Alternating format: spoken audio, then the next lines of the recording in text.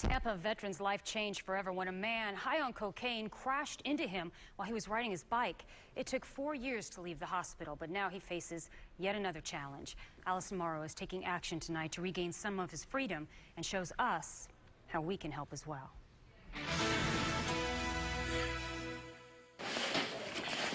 During his decade of service in the Navy, Richard Crook never saw combat. It wasn't until 20 years later that he'd fight like never before. Just put the dagger in me. Richard remembers leaving for a morning bike ride before church 5 years ago. Just 30 minutes later, Gerald Charles Selk crashed into him, charged with driving under the influence of cocaine, now serving a prison sentence. But for Richard, the sentence is far worse. That's when I did a lot of fighting. Paralyzed from the waist down, Richard also lost his left leg. He had to move into assisted living where medicines now decorate his walls, but he had hope. Feel like a normal person. Riding on this van. All of a sudden, it just got stuck. The van's door recently broke, and the freedom Richard once found on his bike disappeared again.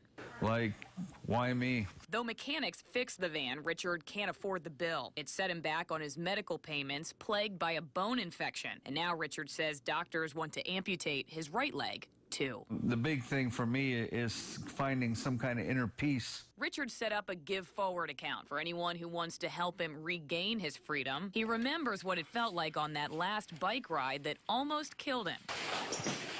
Almost. I lived through this accident, and people keep telling me there's a reason for it. He's still looking for that reason, but Richard hopes to someday mentor at-risk children to give back instead of giving up. Just don't stop fighting. In Tampa, Allison Morrow, ABC Action News. Richard Crook is hoping to raise $3,000 to pay his mechanic bill as well as bills for several health complications. For more information on how to help him, visit abcactionnews.com.